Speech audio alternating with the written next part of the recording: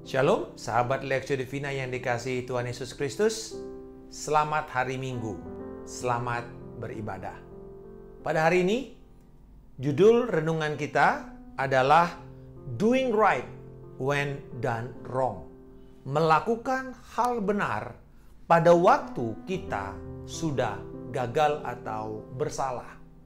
Putusan yang diberikan oleh Majelis Hakim Pengadilan Negeri Jakarta Selatan terhadap Barada Richard Eliezer, yaitu hukuman kurungan 1,5 tahun potong tahanan, telah menjadi sebuah berita yang banyak menggembirakan, banyak disambut baik, karena dia juga sebagai seorang saksi pelaku atau justice collaborator. Dan ini sebenarnya menjadi sebuah gambaran pada waktu kita sedang bersalah. Kita bisa melakukan hal yang benar dan Tuhan akan memberikan kepada kita imbalan yang akan memuliakan namanya dan menjadi berkat serta dorongan kepada orang banyak. Pertanyaan kepada kita pada hari ini, bagaimana saya bisa melakukan yang benar ketika saya telah melakukan kesalahan? Walaupun begitu berat kesalahan itu, tetapi kita bisa tetap melakukan yang benar dan Tuhan akan bertindak menolong kita. Teks kita pada hari ini dari Yakobus pasal yang kelima ayat 7 sampai dengan 12. Kita baca bersama-sama. Karena itu saudara-saudara, bersabarlah sampai kepada kedatangan Tuhan. Sesungguhnya petani menantikan hasil yang berharga dari tanahnya, dan ia sabar sampai telah turun hujan musim gugur dan hujan musim semi. Kamu juga harus bersabar dan harus meneguhkan hatimu, karena kedatangan Tuhan sudah dekat. Saudara-saudara, janganlah kamu bersungut-sungut dan saling mempersalahkan, supaya kamu jangan dihukum. Sesungguhnya hakim telah berdiri di ambang pintu. Saudara-saudara, turutilah teladan penderitaan dan kesabaran para nabi yang telah berbicara demi nama Tuhan. Sesungguhnya kami menyebut mereka berbahagia, yaitu mereka yang telah bertekun. Kamu telah mendengar tentang ketekunan Ayub, dan kamu telah tahu apa yang pada akhirnya disediakan Tuhan baginya. Karena Tuhan Maha Penyayang dan penuh belas kasihan. Tetapi yang terutama saudara-saudara, janganlah kamu bersumpah demi sorga maupun demi bumi atau demi sesuatu yang lain. Jika ya, hendaklah kamu katakan ya. Jika tidak, hendaklah kamu katakan tidak, supaya kamu jangan kena hukuman. Kita berdoa. Bapa di surga, kami berdoa pada saat ini biarlah kiranya firman Kristus ini diurapi dengan Roh Kudus dan dinyatakan kepada hati dan pikiran kami, sehingga kami bisa memahami dan bertindak di atasnya untuk kemuliaan-Mu. Di dalam nama Tuhan Yesus Kristus kami berdoa. Amin. Saudara sekalian, kalau kita melihat bagaimana Yakobus menulis kepada orang-orang percaya yang ada, yang memiliki latar belakang Yahudi, juga mereka ini mengalami keadaan yang sulit. Ada beberapa di antara mereka juga mengalami kegagalan atau berbuat salah. Tetapi kemudian bagaimana seandainya saya telah melakukan kesalahan, saya telah gagal, saya telah membuat kerunyaman seperti Barada Eliezer, saya membunuh orang. Dan bagaimana saya tetap bisa benar dan melewati masa-masa sulit ini? Kita melihat bagaimana Yakobus memberikan 4 nasihat yang berupa kata perintah. Dengan kata lain, ini menjadi jalan dan pembentuk perilaku kita. Yang pertama, kita melihat kata bersabarlah dari ayat yang ke-7 dan yang ke-8. Lalu yang kedua, teguhkan hatimu, ayat yang ke-8. Yang ketiga, jangan bersungut-sungut, ayat yang ke-9 sampai 11. Dan yang keempat, jangan bersumpah. Ayat yang ke-12. Dari 4 perintah ini kita akan melihat sebenarnya ada 4 aplikasi dan prinsip kebenaran yang bisa kita terapkan saat saya melakukan kegagalan, kesalahan. Saya harus diperhadapkan kepada konsekuensi tindakan saya. Bagaimana saya tetap bisa bersikap benar, bertindak benar, dan kemudian nama Tuhan yang dipermuliakan. Kita bisa menjadi berkat. Yang pertama, jangan fokus pada masalah atau situasi. Membiarkan diri terlarut di dalam kesalahan, dalam masalah, hanya akan membangkitkan amarah yang menuntun pada tindakan balas dendam. Firman Tuhan mengatakan di sini, karena itu saudara-saudara, bersabarlah sampai kedatangan Tuhan. Dengan kata lain, seandainya pun kita harus menjalani konsekuensi yang lama, mungkin tahunan, seperti harus menjalani hukuman seumur hidup. Dikatakan bersabarlah, karena kalau kamu hanya fokus kepada dirimu, kepada keadaan, kita bisa marah, kita bisa emosi, lalu kemudian kita berusaha memikirkan bagaimana caranya saya membalaskan dendam saya atau amarah saya. Bagaimana saya melampiaskan amarah saya. Dan tentu ini bukan membawa kita keluar, tetapi justru akan membuat kita terlibat di dalam persoalan-persoalan baru yang akan semakin lama semakin dalam. Contoh seperti kalau kita kejebak di pasir hisap ya. Semakin kita berusaha untuk melakukan sesuatu, kita justru akan semakin terhisap. Tetapi bila kita tenang dan minta pertolongan dan mengizinkan orang lain menolong kita, kita akan keluar dengan baik dan selamat. Tetapi bila kita terlalu fokus kepada keadaan dan akhirnya berusaha mencari segala macam cara-cara, maka justru itu akan membuat kita semakin terjebak ke dalam. Jangan fokus kepada masalah atau situasinya. Yang kedua, jangan fokus pada diri sendiri. Memfokuskan perhatian pada diri sendiri hanya akan menghasilkan sikap mengasihani diri, merasa dizolimi, dan bahkan dikatakan sebagai orang yang dikorbankan atau kita menjadi playing victim. Kita memainkan peranan, saya ini dizolimi, saya ini cuma jadi korban. Saya ini sebenarnya tidak mau tetapi semuanya terpaksa. Firman Tuhan berkata di dalam ayat yang ke-8, kamu harus bersabar dan harus meneguhkan hatimu, karena kedatangan Tuhan sudah dekat. Pada waktu kita sedang mengalami keadaan yang salah, kita sedang menjalani mungkin konsekuensi kita, kita terjebak di dalam sebuah dakwaan yang membuat kita tidak bisa kemana-mana. Maka kita mesti melihat orang-orang lain, terutama yang menjadi pelaku, yang merugikan kita, yang mendorong kita, menjebak kita, yang membawa kita kepada keadaan yang sulit itu, dan menjadi masalah bagi diri kita dan orang lain. Jangan lihat mereka sebagai musuh, tetapi lihatlah mereka sebagai alat Tuhan.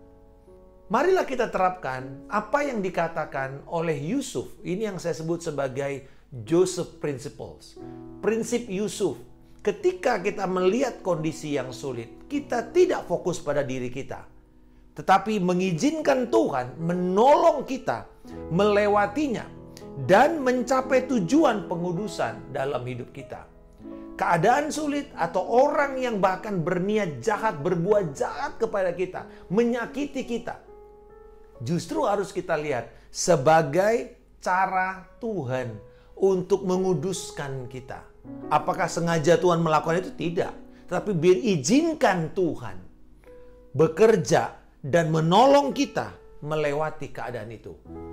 Seperti Yusuf di dalam Kejadian 50 ayat 20. Dia berkata, memang kamu telah mereka-rekakan yang jahat terhadap aku, tapi Allah telah mereka-rekakannya untuk kebaikan, dengan maksud melakukan seperti yang terjadi sekarang ini, yakni memelihara hidup suatu bangsa yang besar.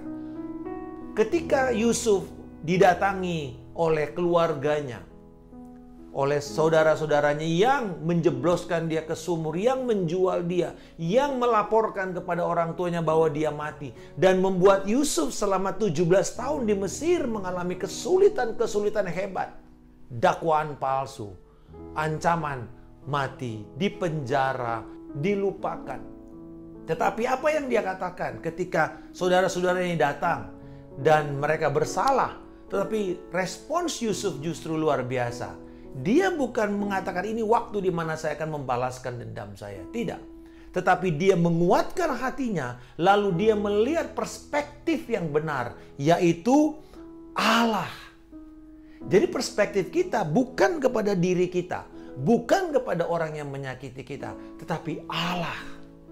Allah yang mereka-rekakan semua yang jahat itu diubah menjadi kebaikan. Dengan apa? Untuk tujuan. Ini penting. Allah tidak pernah melakukan sesuatu itu secara kebetulan, tanpa pikir rencana. Enggak, Allah melakukan sesuatu ada tujuannya. Dan rencana Allah, dia bisa mengizinkan kondisi-kondisi sulit, keadaan buruk sekalipun ada kita alami. Tetapi itu semua tujuannya untuk panggilan yang lebih besar. Dikatakan tujuan Yusuf ditaruh di Mesir supaya dia menjadi alat memelihara klan Israel yang berjumlah 70 orang itu untuk terselamatkan, karena kemudian mereka menjadi bangsa yang besar 400 tahun kemudian. Ini luar biasa. Bagaimana Tuhan memang mengizinkan perkara itu terjadi. Yang ketiga, jangan fokus mencari kambing hitam. Mencoba fokus untuk mencari seseorang untuk dipersalahkan atau kambing hitam hanya akan membuat Anda bersungut-sungut. Hanya akan membuat kita mengeluh, marah kepada keadaan. Firman Tuhan mengatakan dalam ayat yang ke-9 sampai yang ke-11, dia katakan, janganlah kamu bersungut-sungut. Caranya bagaimana kita bersungut-sungut? Kita mempersalahkan orang lain. Kita saling menuduh, saling mencari kesalahan. Siapa yang harusnya dipersalahkan? Siapa yang harusnya menanggung semua ini? Dikatakan jangan kamu saling mempersalahkan supaya kamu tidak semakin dihukum. Sesungguhnya hakim telah berdiri. Ini yang kita lihat ya. Kalau orang itu berbelit-belit di dalam menyampaikan sesuatu, dia tidak menerima tanggung jawab. Dia tidak mengatakan saya yang salah. Ini bagian saya. Dan saya siap menerimanya. Apa yang dilakukan oleh Richard Eliezer? Dengan terus terang dia mengatakan saya akan mengatakan apa yang terjadi. Dan itulah yang membuka, menyingkap. Dan itulah yang membuat hakim memberikan pertimbangan yang meringankan hukumannya. Bukan hanya sikapnya dia bertobat, meminta pengampunan kepada orang yang telah disakitinya, keluarga dari temannya yang dibunuhnya. Tetapi juga dia berbicara di hakim dengan jujur, dengan apa adanya, untuk membuat semua menjadi terang benderang. Tetapi bila kita berbelit-belit, bila kita berusaha untuk menyalahkan kiri dan kanan, bila kita tidak datang dengan sikap, saya mau menolong, saya mau membuat ini semua menjadi lebih cepat selesai, maka apa yang terjadi? Kita akan semakin terperosok lebih dalam. Jangan cari kambing hitam.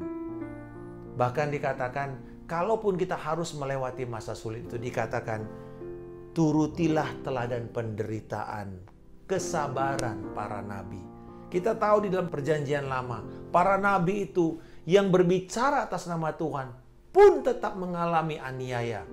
Dia disalah mengerti, dia dicemooh, dia tidak didengar.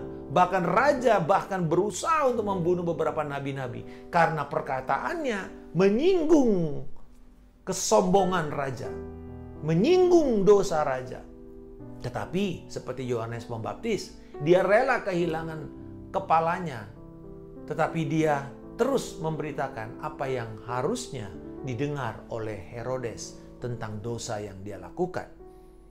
Bukan hanya itu, penulis juga memberikan dorongan bukan hanya nabi tetapi orang biasa seperti Ayub. Orang yang berusaha untuk berbuat benar tetapi mengalami begitu banyak kemalangan-kemalangan. Dan dikatakan, kamu telah mendengar ketekunan tentang Ayub. Kamu telah tahu apa yang akhirnya Tuhan sediakan. Kita senang mendengar kisah akhir daripada Ayub. Wah, dikembalikan 2 kali lipat. Tetapi ini yang saya selalu belajar dari Ayub. Untuk Allah mengubah keadaan menjadi lebih baik itu dengan sejentik, dengan sekejap. Tapi untuk membuat umat Allah, pribadi-pribadi yang Allah akan pakai, hamba-hambanya, abdi-abdinya, untuk menerima perkara itu, menerima mujizat itu, menerima pemulihan itu, diperlukan waktu lama. 2 pasal terakhir kita senang membacanya. Tetapi proses 40 pasal itu yang harusnya kita mulai pikirkan. Bagaimana ketika dari kejayaan, dari kesuksesan, dari keadaan yang baik, merosot sampai titik nadir. Dan di situ mengalami dakwaan demi dakwaan, dipersalahkan, dituduh dan seterusnya. Tetapi Tuhan, ujungnya orang tersebut harus melihat kepada Tuhan. Dan ketika perspektifnya dikembalikan kepada Tuhan dengan benar, Tuhan mengatakan, hambaku sudah siap.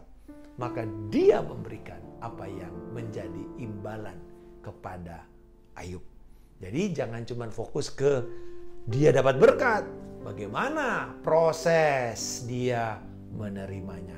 Bagaimana proses dia menjalaninya. Dan saya percaya semakin kita bersedia, tidak ngeyel, tidak ngotot, tidak marah, tidak bersungut-sungut, maka proses itu akan lebih cepat untuk Tuhan benahi dalam hidup kita.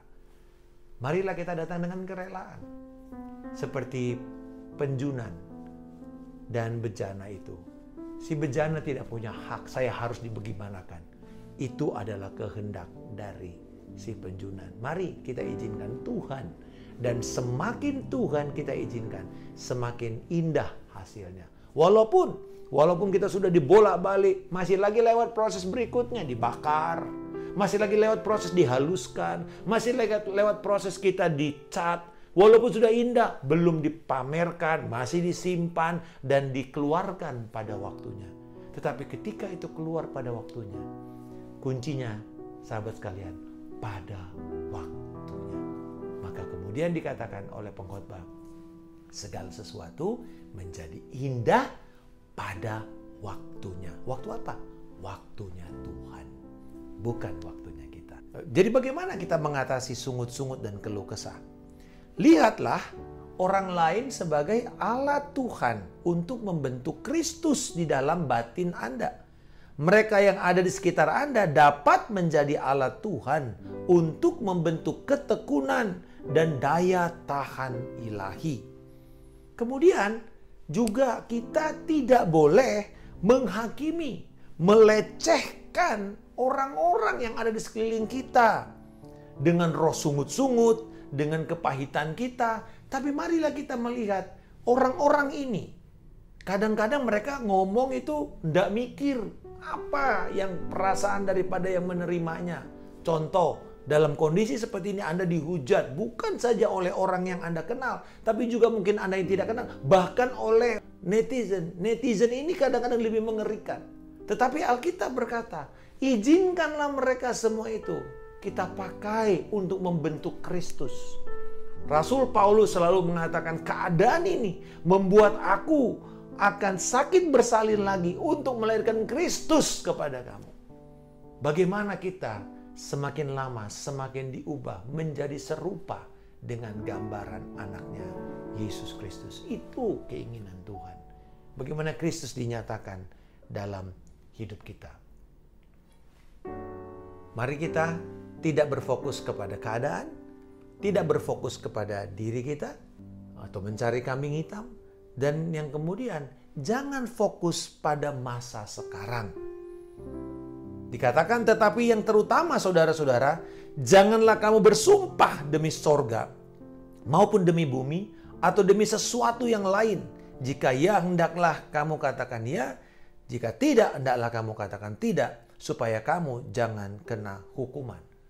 Fokus kepada sekarang, artinya saya hanya mau jalan pintas. Bagaimana ini bisa selesai sekarang? Oh, saya mungkin akan lakukan segala cara. Saya sumpah aja. Sumpah, kamu melakukan ini, ya saya sumpah. Sumpah demi sorga, sumpah demi bumi, sumpah demi apa? Saudara-saudara sekalian, kita tidak punya hak atas rambut kita. Kita tidak punya hak bersumpah. Apalagi demi sorga yang adalah takhta kemuliaan Tuhan.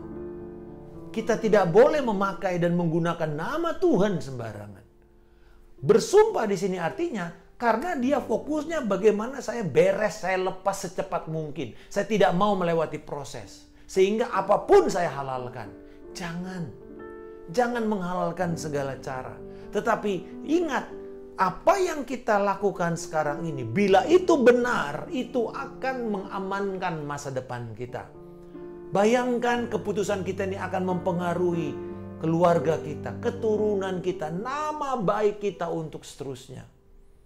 Perjuangan itulah yang harusnya kita pertahankan. Alkitab berkata nama baik lebih berharga daripada segala harta. Nama baik akan kita upayakan. Dan lebih penting lagi, bagaimana nama Tuhan diagungkan lewat proses hidup kita. Dorongan dari Rasul Petrus kepada jemaat yang juga mengalami keadaan yang begitu menyakitkan. Didakwa palsu. Mereka dikejar-kejar. Mereka dihukum, dibunuh tanpa sebab. Hanya karena mereka orang Kristen. Hanya karena iman mereka. Apa nasihat Rasul Petrus kepada mereka yang mengalami keadaan ini? Bergembiralah akan hal itu. Sekalipun sekarang ini kamu seketika harus berduka cita oleh berbagai-bagai pencobaan. Maksud semuanya itu ialah untuk membuktikan kemurnian imanmu yang jauh lebih tinggi nilainya daripada emas yang fana, yang diuji kemurniannya dengan api, sehingga kamu memperoleh puji-pujian dan kemuliaan dan kehormatan pada hari Kristus Yesus menyatakan dirinya. Ini nasihat yang luar biasa. Kalaupun kamu harus berduka cita dengan berbagai-bagai macam pencobaan atau ujian, ingat tujuan semua itu untuk membentuk dan membuktikan kemurnian imanmu. Dan kemurnian iman ini ternyata jauh lebih berharga, jauh lebih tinggi nilai daripada segala benda-benda berharga di muka bumi ini.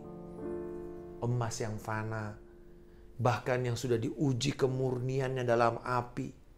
Tapi dikatakan, kalau engkau melewati semua itu, kamu akan memperoleh pujian, kemuliaan, kehormatan pada hari Yesus menyatakan dirinya. Dengan kata lain, siapa nanti yang menjadi hakim utama dan yang mengatakan, baiklah engkau hambaku yang baik dan setia. Kamu telah setia melewati masa-masa sulit. Hanya Yesus yang telah menebus kita, menebus semua orang dari dosa mereka, dari keadaan terpisah dari Allah, dan memberikan kepada kita pengampunan hidup yang kekal. Tapi juga Yesus yang sama yang akan menentukan apakah sikap kita pada waktu melewati masa-masa sulit itu benar dan mendapatkan pujian, atau sebaliknya dikatakan, kamu tetap selamat tetapi seperti keluar dari api. Apapun yang kita kerjakan hangus, tidak ada sisanya. Cuma satu mungkin, iman kita kepada Yesus. Dan Tuhan mengatakan, kalau kamu percaya kepada Yesus Kristus sebagai Tuhan, anak Allah, sebagai Mesias, mempercayai Yesus tidak pernah fatal, tidak pernah akan membawa kerugian, akan membawa hidup kekal. Tapi hari ini jangan menyerah. Tempuhlah jalan yang benar, walau sulit dan tidak populer. Seperti halnya Yesus Kristus. Karena Masa depan serta mahkota kehidupan kekal sudah tersedia bagi Anda di sorga mulia. Kiranya ini akan mendorong kita untuk merenungkan dan bertindak pada waktu kita mengalami kegagalan. Mungkin 1 minggu lagi, 1 bulan lagi, kita akan melewati masa-masa sulit. Menghadapi keadaan yang kita tidak pernah pikir. Tiba-tiba kita dipanggil dan berurusan dengan pengadilan, berurusan dengan hukum. Oh, mungkin keadaan bangkrut atau apa saja, dilaporin orang, disomasi, apa saja bisa terjadi. Tapi kembali lagi, izinkan Tuhan memberikan kita kekuatan. Bersabar, kuatkan hatimu. Jangan bersungut-sungut, tetapi kita tekun dan kemudian fokus kepada apa yang Tuhan akan sediakan di depan kita.